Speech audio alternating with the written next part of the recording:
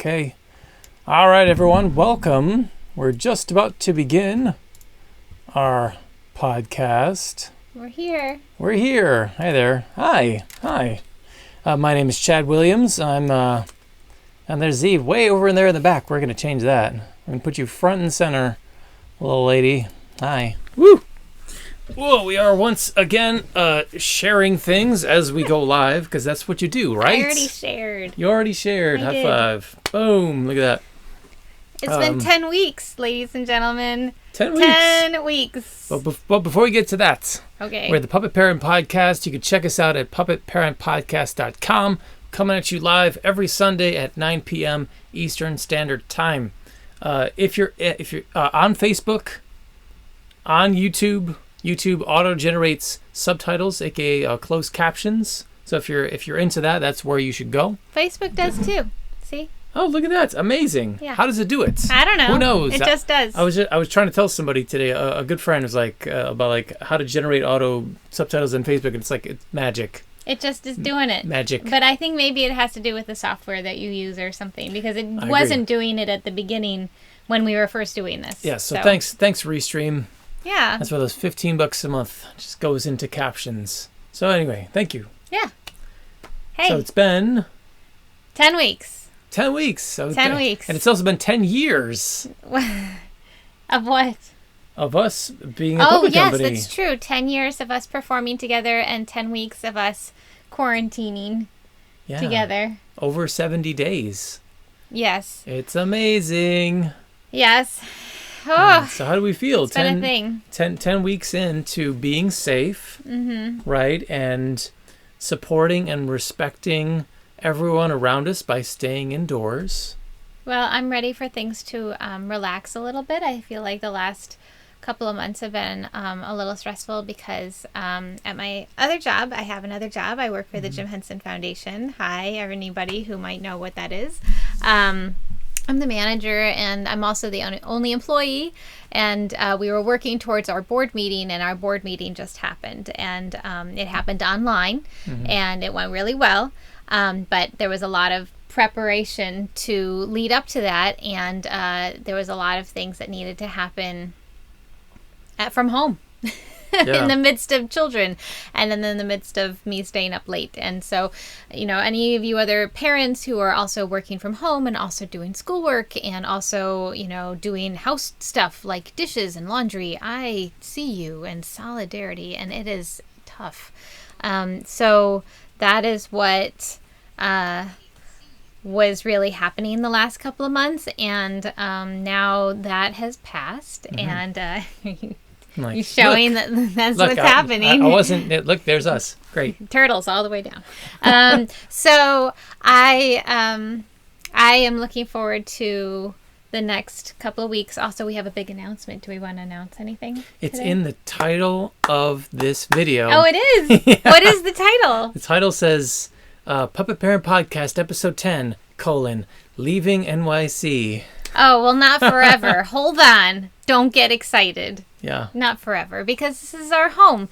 We want to be here, but the prospect of staying indoors for the entire summer with our air conditioners in, it just doesn't sound good. Our cat is confused. Our cat wants to go. This is our bedroom. Hi. If you can't tell, it looks all professional, you closed it but all the way. I did. I didn't Woo, need to lock her in. There she goes. Okay. But we're going to vacate to Chad's parents' house, to the country for a couple of months. Yeah. And we have a residency, and we're really excited about it. We have secured a residency with Springville Center for the Arts, and so we're going to be there broadcasting, doing workshops, and utilizing their internet, because we will be very rural and at Chad's parents' house. Right. Internet, nope. So right, they live in the middle of the woods, middle of nowhere, which is great because you can just run around and there's nobody. Yes. Which is exactly, I think, what everybody needs right now, is to go out to a safe place where there is actually nobody and run around without a mask there, because in that way you can get all those big feelings out of the way and feel like you're doing your thing. And and you don't have to bother anybody. I have not been outside without a mask on in over 2 months. Even today, I had to take out the garbage and the recycling and everything, and just thinking, oh my gosh, how nice will it be to be able to take out the garbage and not wear a mask? Yeah. Like, just things like that, just these constant reminders of how crazy everything is and how panicky and stressful everything is all the time. And I'm just really looking forward to being able to step outside and then come back inside and not have this panicky feeling all the time. So I realize that we're very lucky to be able to leave the city, that we have some privilege, that we have family who are saying yes, that we can come and stay, that they have space for us, that we were able to have a residency someplace, that we're able to bring all of our shows and our puppets with us. So we're just very thankful, very, very thankful that all of that has worked out so far. So the big move is going to be... No, I want to pause you right there. What? I want to remind you that this is the internet. Right. You don't want to give out too much personal information, like when you're moving. Going to be happening where you're soon. Moving, what your address currently is. Right. We'll talk about why in a little bit. I'm not. Don't stalk us. But I'm just saying that it's going to be happening soon, and that we're very excited about it. And but to pretty much anybody who's been following us online, things are going to hopefully feel like the exact same. It's just going to be that we will be in a new location, and maybe we'll seem a little more well rested. Maybe it's kind of like I don't know. It's like we finally gotten comfortable with this space, though. It's like everything we worked really hard to achieve. Mm-hmm. Like we have this lighting set up, this beautiful backdrop. Thank you very much to our neighbors over in Sunnyside for that. And like everything works, and we're super like snug as a bug in a rug. But that rug's gonna get really hot. It's gonna get really hot soon. Yeah. And the air conditioner is going to have to, like, if you have to turn off an air conditioner in this room to stream for an hour, it's going to get insanely hot in here. And those are not great working conditions. And we just want our kids to, like, play and run outside. So we filed the thing on the USPS website. It's only a temporary move, not a permanent move. Yeah, so Johnny Cockworks is asking if we're moving forever. Yep. We're not moving forever. Only we love temporary. New York City. We love you, New York. Yeah, we'll be back. But there's no reason to be in New York City right now. There's zero reason. Everything that makes a city awesome in terms of, like, the opportunities, the entertainments, and stuff like that, like, all that's shut down, and it's not coming back anytime soon. Well, there's actually... yes, but I want to say that I have very mixed feelings about leaving, because this is our home, and nobody wants to leave their home, and I've never actually left our home for this amount of time before. Yeah. So I'm happy, sad about the whole thing. I'm looking forward to some of the things that will be exciting and easier and more fun for everybody. And then I am a little nervous about getting everything set up and feeling comfortable and making sure that we're being safe, because in some ways we've had less interaction with people here because you can get anything delivered here. Mm-hmm. It's very easy. Whereas there we're really going to have to think things through. Only one grocery trip every couple weeks. I mean, you can do groceries for a couple weeks out there because they have 2 refrigerators and stuff. We might be able to get stuff delivered. I'm not sure. Well, we'll see. Or curbside pickup. I don't even know. I don't know. But I know that life is different there. I mean, we both grew up in Western New York, but we haven't lived out there, like lived. Yeah, this is like out like way out, and where it's just like, who you got in your neighborhood? You got the cows, like dairy farms. You got the abandoned houses and fields, and that's it, and that's awesome. Mm-hmm. Let's see. Shenlin Wu says, will we still do puppet shows while we are away? Yes. And that's not changing, and so hopefully a residency at this local performing arts center, you like Z said, like you won't tell the difference. Like, we're just gonna keep broadcasting and keep doing our daily stuff. But we'll be doing shout outs to Springville Center for the Arts, and you might see some more integration with them as the summer goes on, and as things start to phase in more. There might be ways that we can give back to that community to say thank you so much for letting these city kids come back home for a while. Yeah. So yeah. we'll see. I mean, we're leaving a place where there's 20,000 dead plus. That's like a conservative estimate, to a place where there's maybe one person that people know maybe got sick. Like that's it, and their hospitals are not overwhelmed, and like their emergency workers aren't going through PTSD, and so it's like a completely different place. And I think one of the first things that we're gonna see when we get there is like, talking to or seeing people walking around, like, this is how you can get into like an attitude where it's like this thing is like fake. This is a hoax. Like nobody's sick. Look around. There's no immediate, death like lurking outside your door. Right. Well, I think that right now here in the city, everybody is in a place of collective mourning right now. That we're all really grappling with the numbers and the. I was looking at the New York Times today, and it was something like 1 in every 450 people, something like that, has died. Yeah. From our city population. 1 in every 450 people. So. And that's one subway, I mean, it's pretty soon. If you don't already know somebody who has passed away from this and you live in New York City, you will. I'm surprised that you don't, if you don't already. And it's not funny.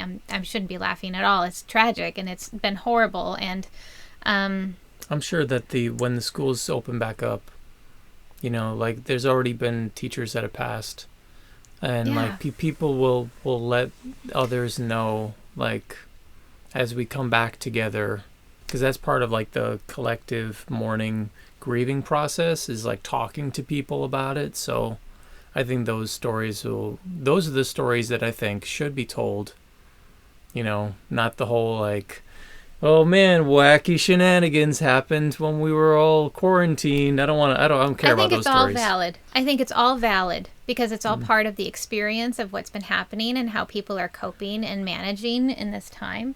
That, it isn't a war, but there's so many similarities to war. In terms of, because I used to read a lot about the experience of different peoples during World War II. I was always very interested in that subject. And one of the things I was very interested in that wasn't written about as much for like young adults was the experience of after the war. And there was 2-book series that I really loved. One was called, the first book was The Upstairs Room, and then the second book was called The Journey Back. And I highly recommend both the books, but I really think that The Journey Back has such an interesting perspective on going back to your home after being in hiding for a couple years and all the things that are different from a child's perspective. And that includes like people being dead, buildings not existing anymore, your stuff has been looted, like, I mean, all the things that nobody really talks about in terms of like a human experience. And I just think that this whole situation is going to have such lasting effects, and that we're not able to mourn in the way that our brains and our hearts need to, because we are all apart from each other. And so there's no real way of being able to fully see how different everything has become, because we aren't experiencing what our daily life is going to be again. And I think that as that starts to happen, it's going to become more clear what changes are here to stay, and then what and who's missing, right? There's going to be a lot of people that and who is missing and what is missing. There will be a lot of things that were here before and are not here now. Right, and we're not talking about haircuts. No, that's not what I mean. No, I just mean like the national dialogue about like, we demand this, and it's we demand haircuts. It's not like, hey, fix this problem. There's gonna be 100,000 of us gone while you're golfing. We demand haircuts. I think it's the hypocrisy of it all is insane. Well, and I keep waffling back and forth between how important is school right now and how important is my child's mental well-being and how important is my mental well-being, and like trying to like connect those dots into some kind of weird shape that doesn't exist. Like I'm like some days it's like, you know what, they need to do at least a couple of worksheets. They just do. Like, come on. And then other days I'm like, you know what? We are in the middle still of a really messed up, stressful situation. Like, why should I be forcing them to do anything except be okay? Are they okay? Are they happy? Great. Am I okay? No. I'm stressed. You okay? I'm stressed. I think once we're settled in our new place, like having a plan is helpful, but not being in the next phase of it is like this looming unknown, because we don't know if the internet's going to be what we need it to be. We don't know where we're going to hang our curtain. There'll be a week of will transition. all the stuff fit in my car? We don't know. So That's never good. Yes. Will the rats and the cat find their happy place? We're taking all the pets. I mean, it's just a lot. So yes. Let me lighten the mood a little bit. Okay. Sorry, I am a gray rain cloud, people. Yeah, I'm watching the silver veins. The hair just That's my sparkle. That's my sparkle. That's right. You're sparkling more each day, Stevie. I am. Yeah, you're getting like a new sparkle. Hey, by the way. Yes. Speaking of each day, do you know what tomorrow is? So a couple people have already said it. It's Memorial Day. And it's our anniversary. Our anniversary. Wow, you remembered. Usually I'm the one. It's 12 years. Yay. 12 years tomorrow. Ready? Mwah, happy anniversary. Happy anniversary. We got married by a lake. We did. By my cousin. My cousin married us. Yeah. My cousin Michael. Hi, Michael. And then we partied with all our friends. It was a very quick ceremony. Yes. And everyone was very thankful for that. And I met a ton of people once who would pop up later in social media and be like, hey, remember I saw you at your wedding? And I was like, nope. This is the thing, is like, never expect the bride or the groom to retain anything about the wedding, like the wedding day, what happened like before, after. I mean, except for maybe like the important things like the vows and stuff, because like you're in that nervous cloud where it's like things are happening and you can't stop the train from like, like it's going, so like. It was kind of like this blur. Like I remember like picking up somebody's beer and just like slamming it that day, just like before I even knew who it was. It's like, nope, down it goes. And that's not me at all. No. So if somebody was like, hey, I met you at your wedding, I was like, I got like 5 strong memories from that day, like good memories, solid ones. It was a lot of fun. We had video games and a puppet show. Mm-hmm. Our friend Nappy performed shadow puppets, and they were so great. We had like a kids' craft table. We got married outside. And somebody said, you got married by a lake. Your cousin's a lake. No. We got married next to a lake by my cousin, Michael, who is a judge. And so he married us. And I was so happy that he got to marry us. And we got married in a horseshoe. Like, I mean... we didn't get married in an actual horseshoe. No. But like the audience was like in a horseshoe shape. And then we were at the top of the horseshoe. Because in... scouting, a horseshoe ceremony is very special. And so we were both scouts. I was a Girl Scout. I got my gold award. That's right. I'm an Eagle Scout. Yep. So I really wanted to do some non-traditional things that were meaningful to us, and that was one of the things that I really liked. Yeah, and everything that we did was like a huge permission slip to everyone who came to just do that at their wedding too, or do whatever they wanted at their wedding, because we were like, you want to get married in church? No. Am I going to wear a tuxedo with a collar? No. That's right. You don't need We didn't collar. have a bridal Get rid of party because I'm an only child, and that meant that I would have to like pick from my friends or my cousins, and I love everybody so much. I didn't want to have to choose people, so I just wanted everybody to be there, and I feel like just by being there, you're in my bridal party. I don't need you to all wear matching dresses. Yeah. And you had a real you had a story about being in a bridal party, wearing your matching dresses during a wedding. Oh, yes, but yes, but everybody's weddings are different, and Do you not want to? No. No, okay, never mind. No, because Okay. I love all the weddings that I've been invited to be a part of. Oh, wow. Yeah. You're afraid that somebody might be listening, being like, but what? You told me it was amazing. It was amazing. I don't know what he's talking Never mind. Okay, never mind. You know what? Distance and time make a person more mature as well. And I love all the weddings that I've been invited to be a part of, and love is love, and yay. Not me, man. I had a real thing with weddings. Weddings would give me panic attacks. Before I knew what a panic attack was, yeah, it would send me there.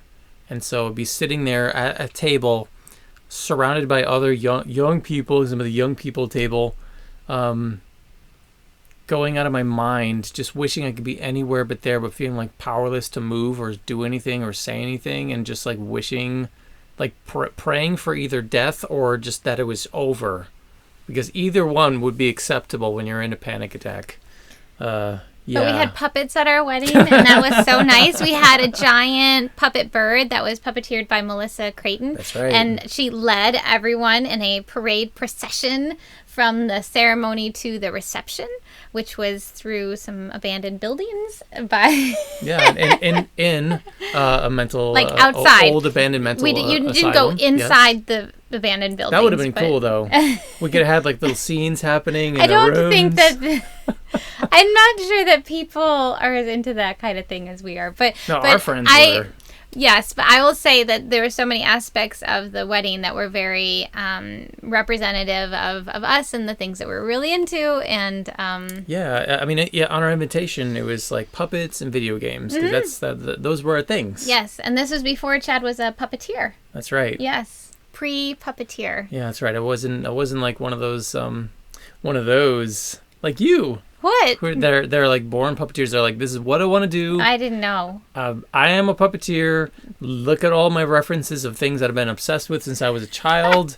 I was born to do it. This is destiny. I will say I'm just along for the ride. I cried watching a fellow puppeteer's show today because I just love puppetry so much. I was so happy. We watched the Puppet Show Places live stream. Sarah Nolan do a piece from the Fairy I don't know. Tale. I think every once in a while lately I just get overcome by the situation and like the people and like the resilience of my friends and how awesome everyone is, and the opening sequence of the Puppet Show Places live stream. Because if you don't know, the Puppet Show Place is super special. They are this amazing gem of a theater in Boston, Massachusetts, specifically in the Brookline area on Station Street. And they are the first theater that I ever performed in as a professional puppeteer. Like, I got paid. It was my very first paying job. And I love that theater so much. I have so many memories in that theater, and it's like, when I walk into that theater, I can see I can see the spiritual representation of the memories in the space, like how you feel when you go home to a place that you've had so many wonderful moments in. Like, I feel that way about the O'Neill Theater Center in Connecticut. I feel this way about the Puppet Show Place. I feel that way a little bit about grad school. And I'm sure if we were to ever leave this apartment, I would feel that way about this apartment, because it's just... We've been here, 14 years. Yes, a long time. So I was watching the opening clip, and they filmed it in a very Mr. Rogers style type of opening with this beautiful, glockenspiel type of music. And then it's as if you're first person walking into the theater, through the front door, through the lobby, looking at the puppets for sale, behind the curtain, into the seating area, sitting down, ready to watch. And I just got overcome with emotion. And Chad was like, "Are you okay?" And I was like, "I just really love puppetry." So, if you were ever wondering, does she really like puppets that much? Yes. Yes. I do. I really do. And I'm just so proud of so many of our friends who are, I'm just getting emotional now talking about it. I'm so proud of so many of our friends who are learning so much right now and really trying to bring the technology to their work and not just like heave a sigh and say, well, that's just not what we do, and wait. I was so pleased to get to see a show I've never seen before by Sarah Nolan. She's so talented, and I don't know. I think that there's so much good stuff happening. We have a visitor. We have a special guest on our podcast. There she is, ladies and gentlemen. If you're watching on Facebook or YouTube, it's our cat, Aura. She adopted us a couple years back. Will she stay? Who knows? Come here. She wants to come to me. Yeah. Maybe. Oh, don't go up there, though. Don't. No. Don't go up to the mic. The microphone is not. No, so I will say, Roxy, who is the artistic director of the Puppet Show Place Theater, she killed it. She did such a good job. She was awesome. Yeah, and you know, after I was texting her, saying like, "Great job," you know, maybe bump the volume and the music up a little bit. But otherwise, I was really impressed with the presentation. It's really what it needs to be. It looked so good. It sounded so good. Yeah. Mm-hmm. What I've been thinking about lately, and they must have a USB mixer because they got her awesome Countryman mic to go right into the streams. Great. Sounded great. We haven't gone that far yet because our directional mic is good enough, so we don't have to buy anything new. But I've been thinking a lot lately, and speaking of like puppets and stuff, about one of the feedback, the audience feedback that we talked about when we did our post-mortem for the National Puppet Slam. So we did this National Puppet Pandemic, so we called it, and it was a slam, so we called it the National Slamdemic. Ibex ran it. I was part of the tech crew. We worked on it for like some of those ladies were working on it for weeks.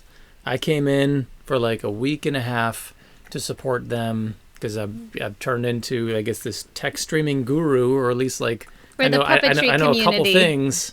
You know, I know a couple things.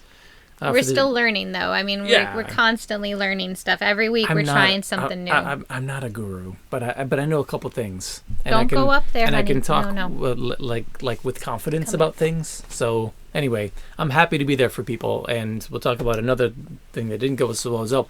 National Slam went awesome. We've talked about this in a previous podcast, but some of the audience were saying they couldn't.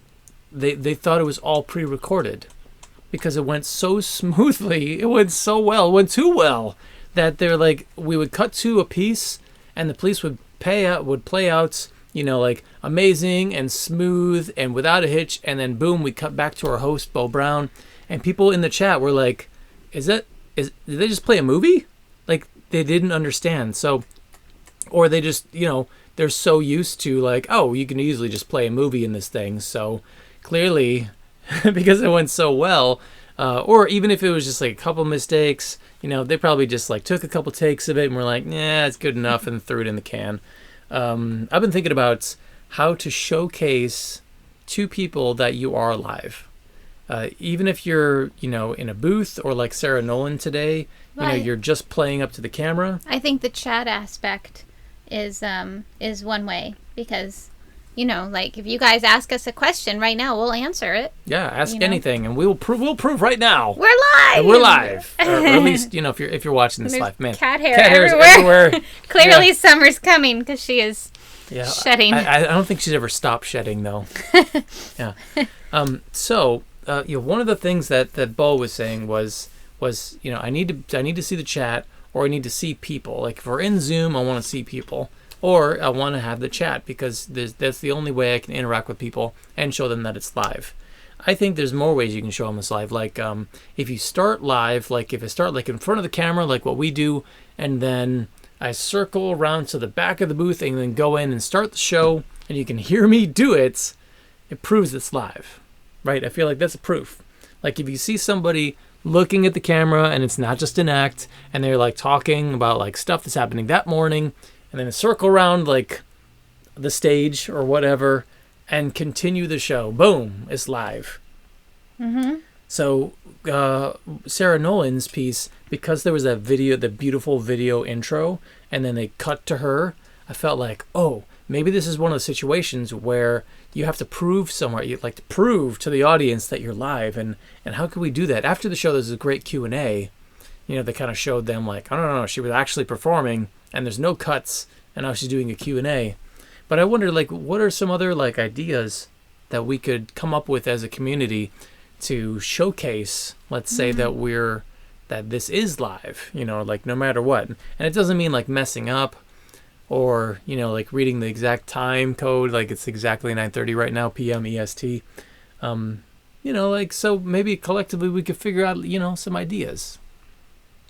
By the way, right now, let's answer these questions. Yeah. What's your favorite dessert from Mr. Brian Carson? Okay. Who, by the way, is a huge fan of sundaes. We have split sundaes, like they like Mountain Dew and vanilla ice cream.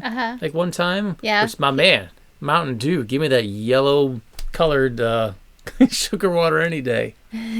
What's your favorite dessert? Me? Yeah, point blank. Boom. Just don't think about it. Just shout it out. Hot pie with cold ice cream on top. Preferably really good vanilla ice cream and strawberry rhubarb pie hot. I was going to say hot pie. Is that like a hot pocket? No. Like heated. Like you put not cold. Ice cream on top of a hot pocket? I like hot and cold dessert together. Like a hot brownie with cold ice cream. Yeah. But pie. Pie. Hot Awesome. pie. Let's see. Riobina says, why is a raven like a writing desk? C.S. Lewis was just like, I don't know, he was kind of reaching. He's trying to be nonsensical. I don't know, man. I mean, clearly there's a lot of rhetorical poetry in there. Like, I don't think there's actually supposed to be an answer to that. We gotta answer Jesse's. What's he's my buddy. Yes, Jesse says. He says, "What's your favorite performing, building, behind the camera, etc.?" So, what's your favorite, Chad? Favorite what? Like to do. Do. Yeah, performing. Do you like building? Do you like behind the camera? What's your favorite? Let me tell you, being in front of the camera is way less stressful than being behind the camera. And when you have to do both, then you get all the stress. Which is what we do when we stream. No, being behind the camera, you're responsible for every single little thing. It's been nice. We have to say goodbye to nice for a second because we've figured everything out here, and we can, we have a system for hooking everything up every single time, and we get to put all that away and throw it into our car and set it up in a performing arts center across the state soon, and we get to figure out a new normal. But maybe it means we get to keep our stage up, like all the time. I don't know, but that might be nice. That could be nice. Yeah, we'll see. We'll check out the space. It's a brand new space, so that's nice. So you have to worry about like a rickety old building with bugs, and stuff like that. I'm gonna answer. Go ahead. My favorite is performing. I love to perform. It's like my favorite thing. I have a hard time memorizing lines, so that is tricky for me. But if given enough time and space to get it in my brain, then I love when I already know all the things and I can just relax into it and just have fun and improvise a little bit. I also do really love building, and my favorite is when I don't have to worry about what time. Aura, quiet. She's just meowy tonight. She wants her pets. She does. She's like, why aren't you giving me attention? But I love when I don't have to worry about what I'm doing the next day, which is a thing that having kids makes a lot more difficult, is that you're constantly aware of, I have to wake up early, or they have to go someplace, or they're going to be up, so I'm going to need to be functional.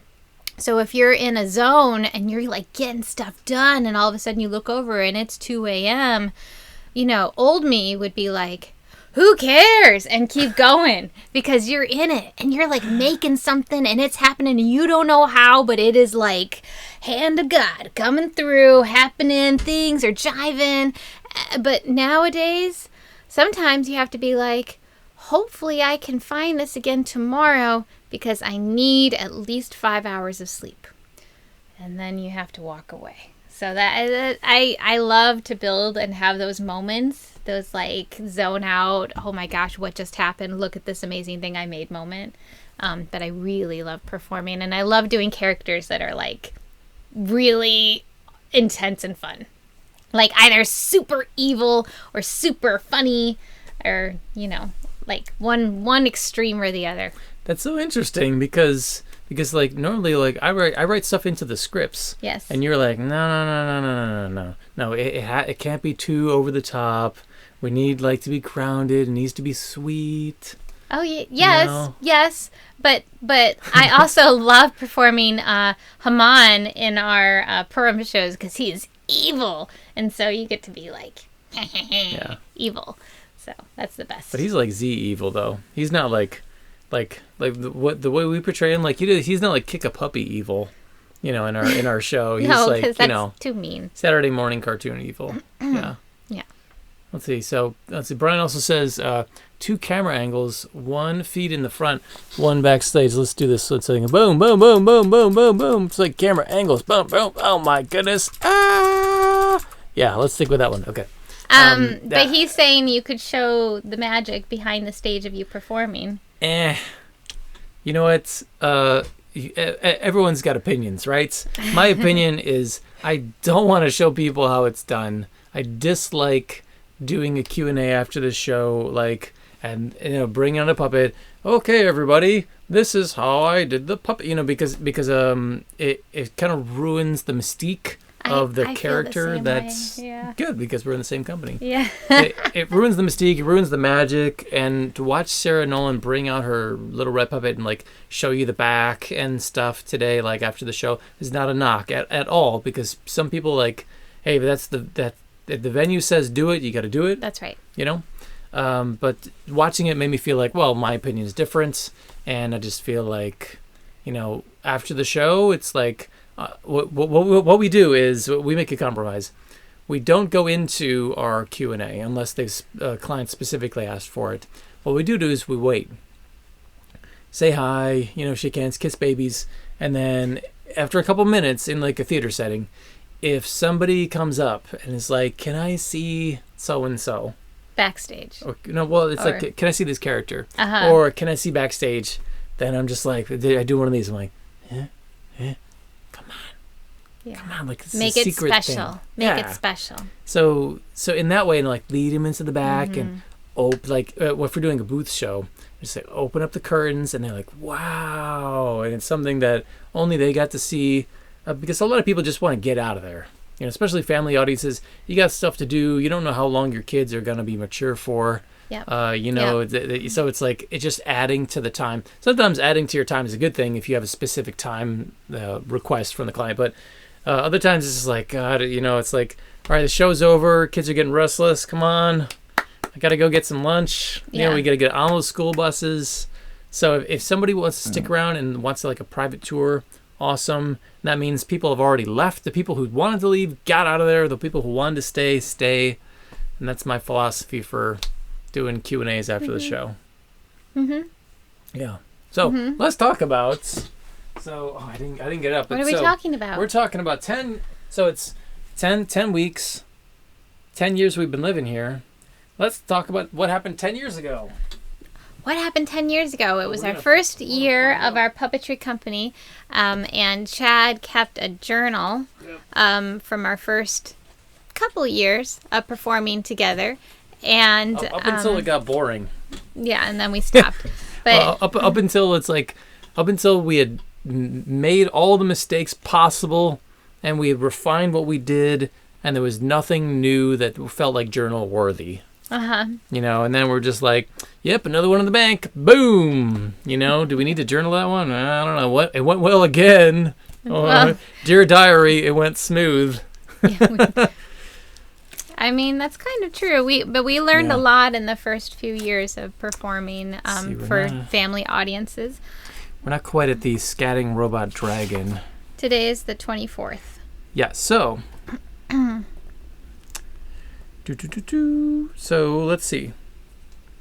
Let's talk about Kids on TV today. Okay. So, I've been thinking about them a lot lately. They've been doing such good work. Yeah, so the Mount Sinai Kravis Children's Hospital up in the Upper East Side. So, I think it's East 100th Street at 5th Avenue. They're right on Central Park. It's an amazing hospital. They have a really great program for the children that come in. And it's it covers all aspects, but they have people specifically there to create programming on TV, to have a live TV studio that's in their the first floor that broadcasts live to every single TV. If you choose to, like watch that. You could watch like movies or TV or whatever, but you could watch live TV programming too. And they'd run a lot of game shows. And 10 years ago... And a lot of these kids can't leave their rooms because of whatever they're going through medically. And so they can call in and participate live from their room to the live TV set on the first floor. And the child life specialists that work at Mount Sinai Kravis are just so amazing and have done so many amazing things with these kids over the years. Yeah, they're really... It's really something special. And they undergo through all this training, like even we had to go through training too, but like HIPAA. The language that you use when talking to kids, are things you can say, things you can't say, right. And it's a vital service because not just for kids who need like programming or entertainment, but for their families too. Sometimes like a family member will call in because the child actually can't speak or talk on the phone or something.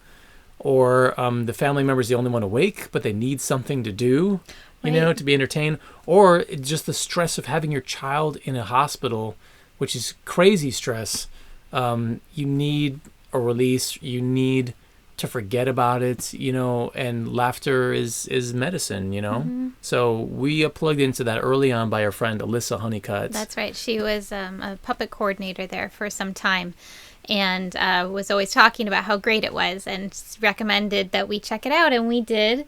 And we really loved it. So we both became registered volunteers with the hospital.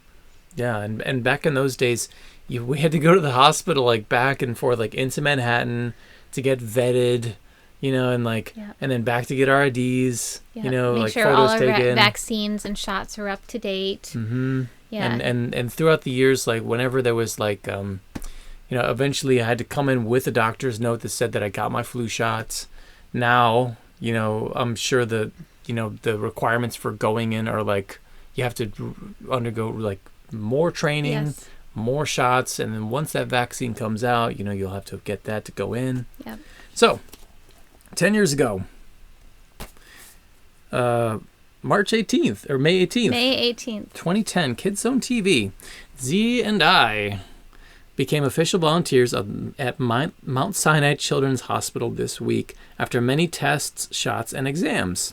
We are thrilled to work in the TV station doing live TV for the kids upstairs who are long-term patients. I later discovered that they try and get the kids out of there if possible. They do have some longer-term patients, and it's always serious. I mean, there's kids with cancer, there's kids with all kinds of infectious diseases. But there's also a certain amount of kids that come back. They leave Yes. and then they come back. So you start to recognize some of them as well. Yeah, and there's some kids that don't make it. Not everybody exits the hospital. Yeah. The woman who runs the program now, like her first month, a kid died. And she was like, that was a sobering lesson to just remind myself, like, you can't get too attached. Anyway, we went into the silly puppet game show. Yes. Said tonight was our second round of Puppets versus People, where Z, Alyssa, and I tried to guess real and fake answers to quiz questions. It ended 4-10 people. People won. Yeah, people should always win. I think that was the whole point.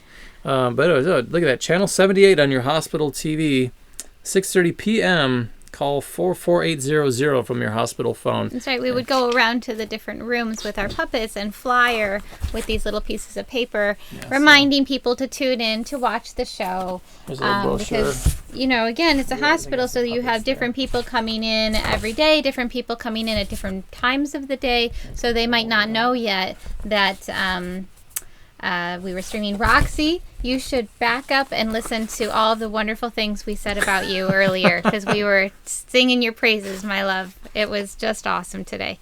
Roxy Myram, the artistic director from Puppet Show Place, is watching the stream, and that's why I said hi. Dan Gilman wants to know what platform you're streaming from. We are streaming. We're using. I have a Mac, so we're using Ecamm Live. Ecamm with 2 M's. Which, unlike OBS or Streamlabs OBS, is super easy and user-friendly. We're going from Ecamm into Restream.io, which takes your video stream and splits it for you, so you don't have to do double the bandwidth to stream to YouTube and Facebook. It just does it for you, so you just have one bandwidth leaving your place. Mm-hmm. And it automatically generates subtitles. Mm-hmm. Mm-hmm. But YouTube does too. So if you're going to stream with subtitles, definitely YouTube. Yep.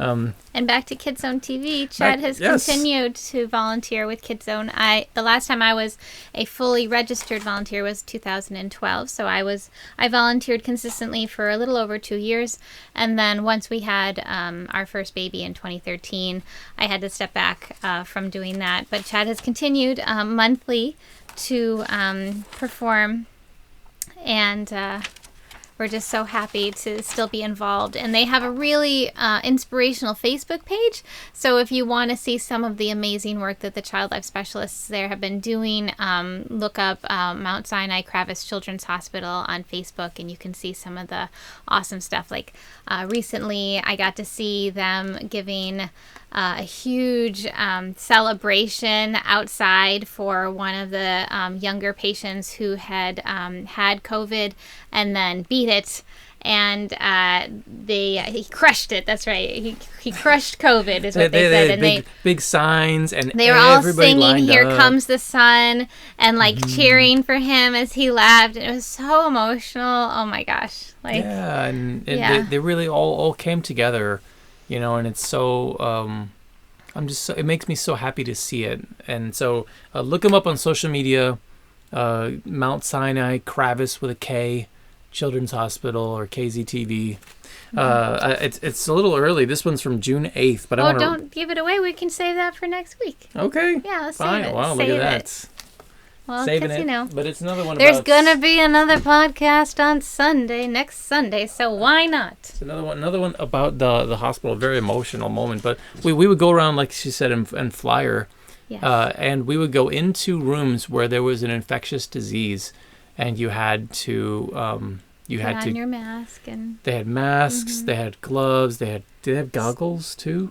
No, but sanitizer. Yeah. And we couldn't go, it was a no droplet zone, so you couldn't go beyond the curtain even. But sometimes, you could wave with your puppet hand, wave and stuff. And yeah, I mean, now that the boys are older, now we have a 5-year-old and a 7-year-old, I feel like, maybe I could go back and volunteer again once everything calms down a little bit. We'll see. I mean, it was a monthly gig for me for 10 years. I would go in once a month. Yes. Mm-hmm. Very consistent. I would go to different places and get dinner, because that was part of, I was like, you know what?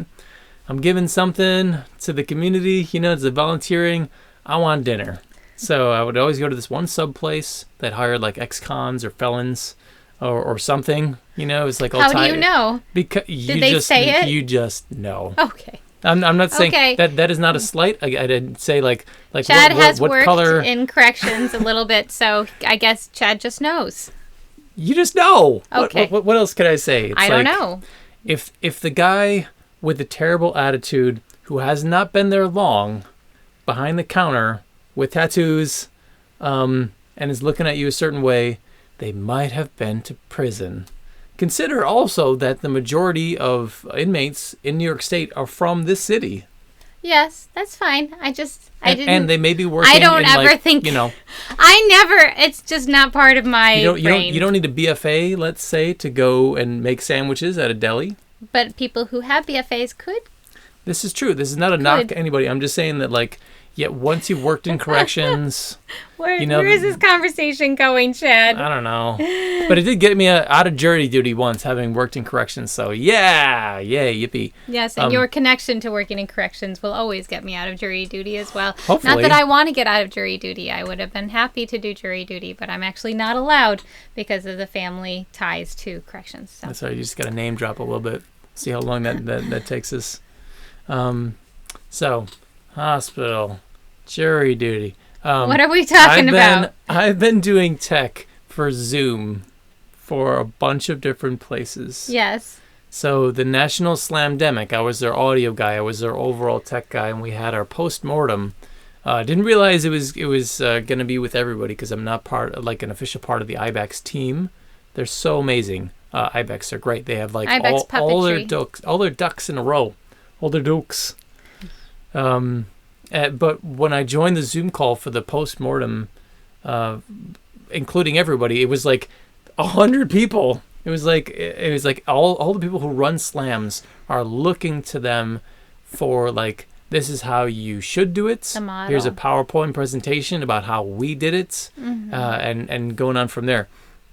I left that call early to go run tech for a different slam, or I should say like a different evening, that ultimately was like completely stressful and crazy, and it did not go super well or as planned. But we got through it. But man, it was like the complete opposite. So the National Slamdemic, it was like we teched with people for hours, like broke it up over days, got people to a certain comfortability level with just their own equipment and streaming, and made choices about like, all right, you're gonna play the audio, you're gonna do the switcher, like we had like a team of 5 people behind the scenes. It was amazing. Then I went to this other experience where it was like, okay, I'm the tech person. People aren't showing up on time. We're like, where's this person? We don't know. What can you call them? They're in Dubai, and it's like 3 a.m. right now, and I don't have their phone number. I'm sorry. It's like, everything about it was like, and then somebody would join the call midway and be like, hello, can you hear me? In the middle of like, a beautiful performance, like, hi, this is so amazing. Hello, I'm trying to get through. Can anybody hear me? Like, no, mute. Oh no. And I couldn't make the actual rehearsal, so I was reading the notes of the person who actually did the tech rehearsal, detailed notes. But still, you can't save, you can't help somebody to join in on time if they're, on a completely different side of the planet, unfamiliar with their own tech. They're streaming from their phone, which is different than streaming from your desktop. So it's like, it's hard to be able to find the chat controls also. It was just like, it took us an hour to get this one guy who in to do his thing. Oh boy. And the whole time I just kept on having to like mute. Like wait, I was like, my finger was on the trigger for the mute button, waiting for him to like figure out how to unmute himself, because that's all he could do. We couldn't see his video. I have, All of a sudden it was like, hello, can you hear me? Nope. Man. We got through it, and the audience will never know. I hope we did get banned by Facebook by playing a copyrighted music that we didn't test ahead of time. Always stream your music or your video or whatever you're going to play on a fake Facebook page ahead of time and see if you get flagged. Okay. We totally got flagged and we got shut down. All of a sudden, our viewers went to like 3. I was like, ooh, what happened? And then we had to stop the stream, restart the stream. Oh my gosh. But did we learn a lot? Yes, we did. I heard some of this happening, and the kids were like, we want that book from the bedroom. And I was like, no, we can't go in there right now. No, it's a war zone. It's a war zone. And everybody kept telling me, oh man, you sound so calm. Thank goodness. What? Why am I the calm one? It's like, can we all? No, it was crazy. And thank you so much to the people who brought me in. Like we all learned things. Yes. I had to do things that I'd never done before on Zoom, which is crazy. All of us, I think, can say that after this, after this and collective experience, we have all done things on Zoom we've never done before. I had a Zoom moment in the last week as well. So I remember at the beginning of the podcast, I said I was leading a board meeting on Zoom, and I was under this funny assumption that if you are sharing your screen, and I was sharing a screen of, the different PDFs that we're using for this meeting, that no one can see me, right? Because I'm sharing my screen. So why would my camera still be showing me and the screen if it wouldn't? So I've been standing for this meeting. It went almost 3 hours, and Chad has a standing desk, but this setup is where Chad usually does his work, and so I was here where Chad works, and I've been having lower back issues the last couple of months because I don't know, stress and age. So I was stretching while people were looking at the different PDFs. And I was just like, it's fine because no one can see me. Doing like little cheesecakey pin-up poses, like, like one of those, like. I know, I'm just like, and I'm not doing like a smiley face, like I'm listening. I'm like, and then I watch the video back like to do the. Like, oh. No, I wasn't digging for gold, but I watched the video back to do the minutes from the meeting, and I can see myself, like, at one point jumping silently up and down in the background. And I'm just like, oh my God, why did somebody not say, Z, are you okay? We can see you. Did you know we can see you? You're part of the entertainment. That's like 3-hour meetings a long time. No one said a thing. Get you. And I even talked to one of our board members afterwards because he was saying that he was having some technical difficulties on his end. And I said, well, I didn't even know that you guys could see me. And he's like, oh, yeah, I noticed you bobbing around back there a lot. I just thought, oh, no. That was our problem, too. To do a split screen in Zoom, you can do it, but no one in the webinar with you can see it. They can't even see themselves if they're on the mobile client. It's boggled my brain. Like, the host is the only person who can see what the audience is seeing. And sometimes if you're streaming on your phone, that's your camera, that's your monitor, and you have no other way of seeing the feed or anything else. So a lot of people were flying blind. Yeah. And just trusting, hoping, waiting to hear somebody, because then they knew that maybe they were connected. God. Yeah. That's so crazy. Oh, man. Oh, this will all get... I mean, but what's interesting, I keep thinking about what are some of the things that will be sticking around after this. And I do think that these online meetings will be staying in some capacity for the near future, because it has made this kind of distance between people feel a lot less, because you can really see them in real time and actually communicate and have a full meeting without people having to leave and give up multiple days of their life. It's not the same. Right. But like in New York City, it takes an hour to get anywhere. Mm-hmm. So if you have to go into town to go to a meeting, or literally even if we went somewhere in Queens, it'd take an hour. That's 2 hours total in travel. If you just eliminated that, that's a lot of your time back.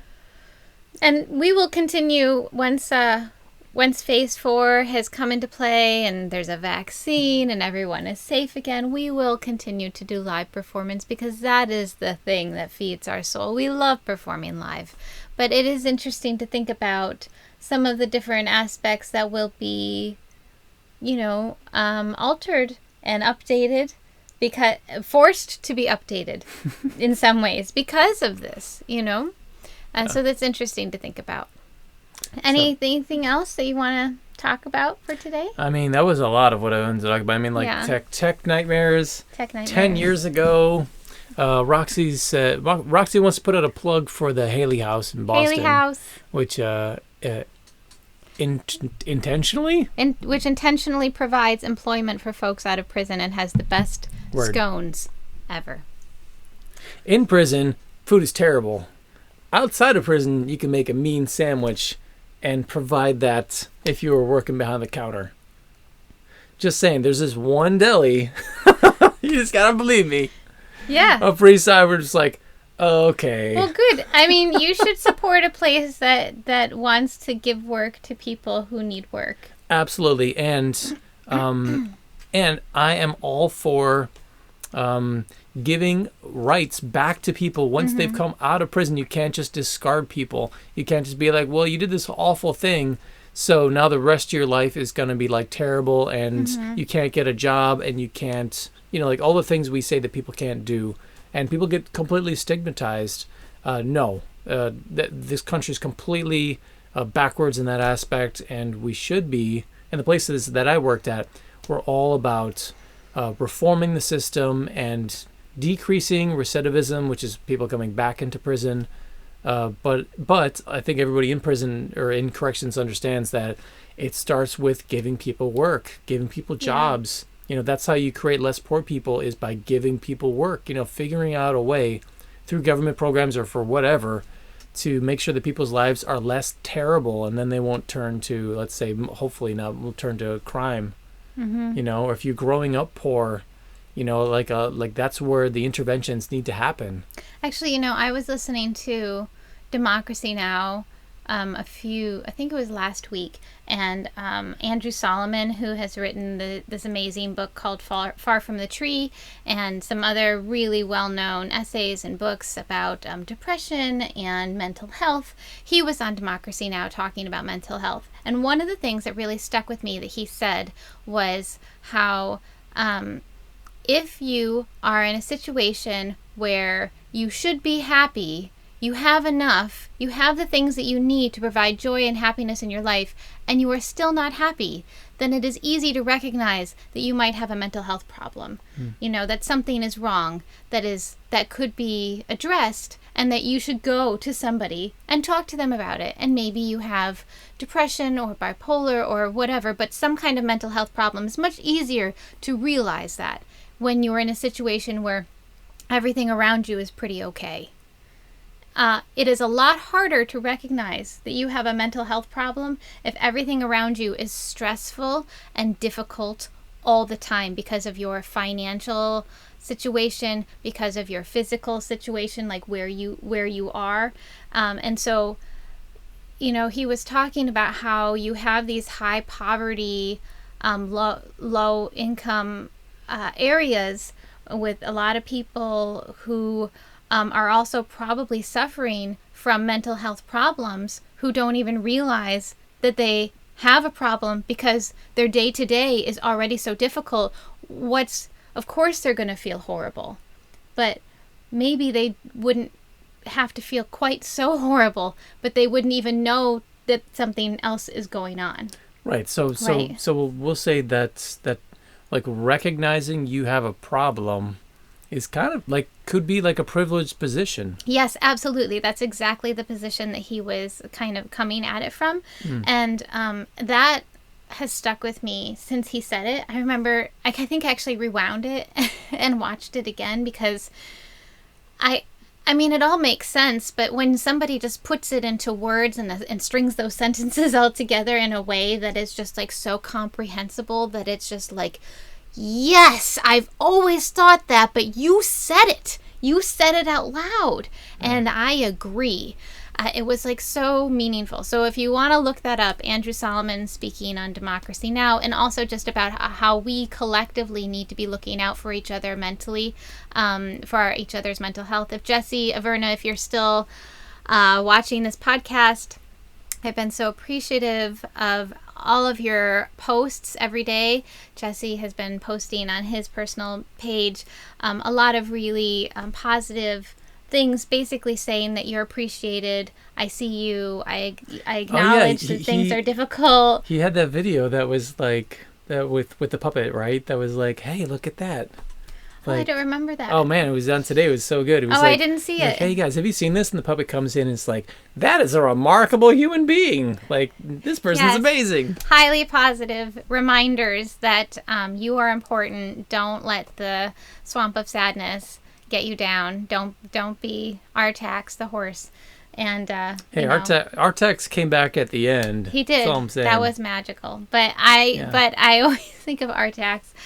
Poor Artax. The swamp of sadness, man. So Jesse is like my fellow fighter against the swamp of sadness. And by the way, Art Gruneberger, if you're watching, I have been watching some really interesting videos about Disney World right now. Because Disney Shanghai has reopened and Disney Springs has reopened in Walt Disney World, and I have found it very interesting. Disney Springs is like the mall, right? Yes, it's the mall, okay. But still, it's part of like the park in a sense, and I think of the park as a giant theatrical experiment. And so when we are thinking about how will our spaces reopen, how will we as performers want to be treated when we go into these spaces, what is the level of protocol that we should demand, that we should expect, and that is a minimum? Like, what's amazing, what has to happen, and like what needs to be in place in order for us to even step inside. And so I've been so interested watching what Disney's been doing, because I just feel like it's really telling for what might be happening in different areas of entertainment here in the city as much as they can. We have a space issue here in New York City. Everything is tight. Everything is close together. We don't have a lot of outdoor space. Disney World, lots of things are outdoors. So that's a positive for them. Whereas here, you have the best tiny little restaurant in the world and everybody crams in, and it's like we can't put, mannequins at half the tables or... No, or capybaras. Yes, I was trying to think of the word, like stuffed capybara toys. Although, like, they're changing up some of the zoning in some cities so that all the restaurants can be outside now. They're going to get rid of cars, which I guess is a good thing. What's Art's company? Puppet Art, out of Sacramento. You got to watch Puppet Art, because Art is one of the leaders of the puppet streamers right now, who does amazing things with StreamYard. And his stuff looks and sounds professional, and he really put the time in to polish up his stuff before he took it online. Super smart and amazing guy, and a good friend. Yeah. So I want to leave you guys. What are we leaving them with? So, hi, Karen. Hi, Karen. Up on my wall, I have a bunch of quotes, because when I started really getting serious about the business, and we started bringing in contract workers, like building up the team. I had to take management courses and had to think really hard about like how I was dealing with people, because sometimes I could not be a people person at all. Oh, Chad. At all. Yay. And that's, but we and love that's totally you. Fine. We Thanks. love you. So, one of the quotes I put up on the wall that I feel like applies to our situation, because a lot of puppeteers are quitting. A lot of puppeteers are like, you know what, I tried. It's not working. I'm quitting. They're quitting the art form? No, just like quitting streaming. Oh, quitting streaming. They're just like gonna go hide in their cave, or maybe have a hibernate. mini personal residency. Yeah, which is totally valid. But I'm talking specifically about like my philosophy is take baby steps. If it seems overwhelming, learn one thing, take 1 hour, do one thing per day. If you look back like a week or a month from now, you'll be like, wow, I've come so far. Take one little step a day to get you where you want to go. And we've come really far, and we're going to keep going. We're going to keep pushing the envelope, like a lot of our friends out there, like Sarah Nolan, like Hart Gruenberger, like other Liz streaming. Joyce is doing some great streaming stuff. And a lot of people Goat on a Boat Puppet Theater. A lot of people that the Goat is presenting also taking those steps. And Brad Scher, Paper Heart Puppets. Joining us there. I saw Lionheart Puppets doing a streaming show today. There's just so many great things happening. At the same time, a lot of people are running into real technical walls, like big walls. Like a friend of ours, all of a sudden Facebook just stopped working for them, and they're like, why can't I post anything on my page? And nobody knows. And Google searches, it's like, it's so frustrating. They wanted to throw their iPad out the window. But I will say, I've been there too. We've all been there, especially when it comes to tech, which can be like as black magic as you like. But here's the quote. Quitting is the easiest thing in the world to get good at. And who said it? Jim, good old Jim Ross. Jim Ross? From the wrestling world. Not Jim Rose? No, sadly. Oh, I always thought it was Jim Rose. No. Unfortunately, but Jim Rose, full of a bunch of one-liners and quips and wisdom. But so quitting is the easiest thing in the world to get at. That means like to get good at. So if you quit at one thing, it seems like real easy, real tempting to quit. If you do that, you're opening yourself up to, quitting at this or quitting at that, or if it seems like too hard, just like you're not going to get to where you want to go if you give up. So even if you just have to like step away and come back tomorrow, sleep on it, if you're really frustrated in the moments, take a breath, take a walk, do something, but don't give up. If you give up, you're going to give up on all these other things too. You got to keep going, take baby steps, one small thing at a time. We're all experiencing the same kind of frustrations and anxiety. We're with you. Don't give up. We didn't give up.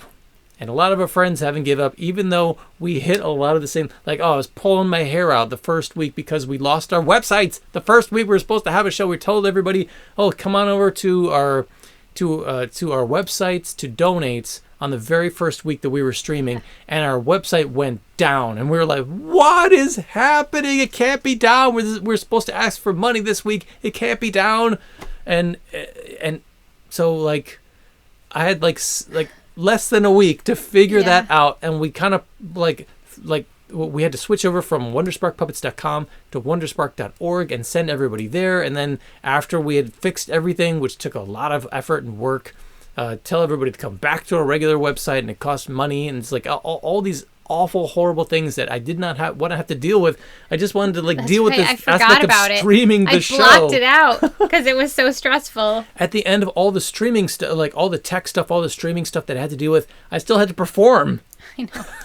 I know. All that. And that was when we were doing the performances in the living room where the sun would go behind a cloud and then everything would suddenly get dark. And, you at home would probably be like, what happened? Why is it dark? We had an intermission during the first show because something went wrong. Oh, the camera moved, or I don't remember. No, I think it was the stream died, or the internet died, or we had a technical issue. And Z had to come out and be like, hey, everyone. Hey. So glad you're watching. A prop broker, something. So, but did we give up? No, we didn't. And neither should you. Just keep going. So many people have the stories of exactly what's happening to you right now, that it's so hard. It's incredibly hard. But reach out if you have questions. Email us, message us on Facebook. We're here to help you. Art has been super helpful about sharing everything he's learned about StreamYard. He put together a StreamYard tutorial video without being asked. He's just to so be good. Here it is if you want this platform. And I just I feel like I've learned quite a bit about myself through some of my progress with decluttering, which sounds so silly, but I'm a huge proponent of this one woman's podcast, A Slob Comes Clean. Her name's Dana K. White, and she has this podcast. And anyway, the thing that I'm trying to get at is that one of the things that she talks about is progress no matter what.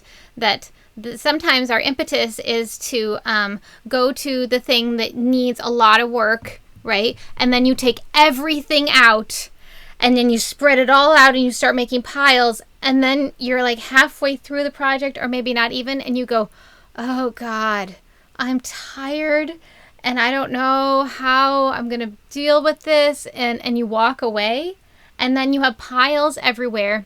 It's more messy than it was when you started, and it's so stressful. And her thing is always progress no matter what. Don't take everything out and leave it everywhere. Take one thing and decide, where is that thing supposed to go, or what is that? And I've really taken a lot of that advice and applied it to my own life. A lot in terms of task management and thinking about how to get from the beginning of something to the end of something. And I think Chad can even attest that in the last few months, I have completed more things than I think probably completed in the last few years, because I've been really trying to go on the path of completion, and that I will do a little bit towards the end goal. And so I'm giving that to you as maybe some inspiration. And if you have a clutter issue like I do, maybe you want to listen to Dana's podcast, because it's pretty great. What was it called? A Slob Comes Clean. So I'm admitting that I have a clutter issue, but I think if any other puppeteers are listening, I see you. I see you, puppet people. So, but I really like her podcast. Yay. And she's a theater person, so she gets it. Awesome. Well, on that note. Thanks for listening, everybody. We are happy anniversary. Happy anniversary. 12 years. Woo. Married. Yeah, 12. We are the Puppet Parent Podcast. You can listen to all of our episodes over at puppetparentpodcast.com. You can listen to us on Spotify, Overcast, Apple Podcasts, Castbox, Radio Public, Pocket Casts. You want to show them the websites? You do it. Make it go. Make it go. There it is. Boom. There's that beautiful bean footage. There it is. Oh, look how happy we are. Yay. Over at Breaker and Anchor, you can check out our RSS feed or just download the MP3s from wherever you steal your MP3s. I'm just giving them to you. There's us and our kids. That's right. Aww. Yay. So, thanks so much, everybody. Next week, we're going to be in the middle of moving, but we're still going to do it because we want to be consistent. And Z will have stories coming back from the place we're moving to about the first time that she scoped out like the place where we're gonna be and how it will be. And we're hoping, knock on everything, that it's gonna be good news. And because we're moving literally the next day. So yeah. So no pressure. We'll see you guys next week. Okay, bye everybody. Bye.